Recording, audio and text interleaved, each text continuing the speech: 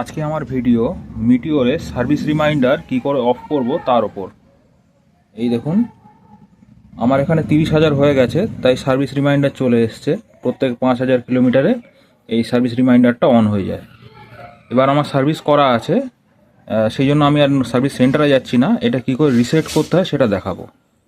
এর জন্য প্রথমে করতে হবে আপনাকে ট্রিপ মিটারটাকে আপনাকে বিতে নিয়ে যেতে হবে। বিতে নিয়ে গেলাম, এবার এটাকে অফ করে দিতে হবে। অফ করে আমাদের যে আই বাটন আছে, এই যে আই বাটন, এই আই বাটনটাকে 5 সেকেন্ডের জন্য হোল্ড করে রাখতে হবে। 1 2 3 4 5 হোল্ড করে রাখা অবস্থাতেই আবার ইগনিশন অন করতে হবে। অন করলাম, এবার হোল্ড করা থাকবে।